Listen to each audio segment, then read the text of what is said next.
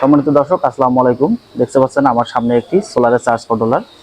তো দর্শক, এই চার্জ কন্ট্রোলারটা আমরা একটা গ্রাহকের বাসায় সেট করব।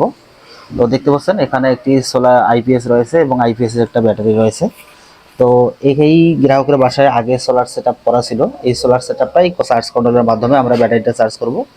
যদি দিনের বেলা আপনাদের বিদ্যুৎ না থাকে, সেক্ষেত্রে সোলার প্যানেল হয়ে এই কন্ট্রোলারের মাধ্যমে ব্যাটারিটা চার্জ করে কন্ট্রোলারটা আমরা স্থাপন করলাম।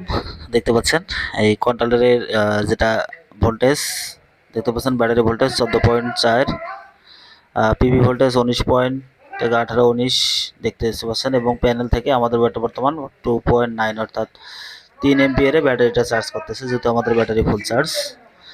যখন বিদ্যুতের লাইন থাকবে না, আপনাদের আমি দেখাচ্ছি এখানে, যে দেখেন বিদ্যুতের লাইনটা যদি বন্ধ করে দিচ্ছি আমি, এখানে ব্যাকআপে চলে গেল, তখন আমাদের ভোল্টেজ দেখেন, পিভি ভোল্টেজ কিন্তু আমাদের 13-তে নামে আসছে।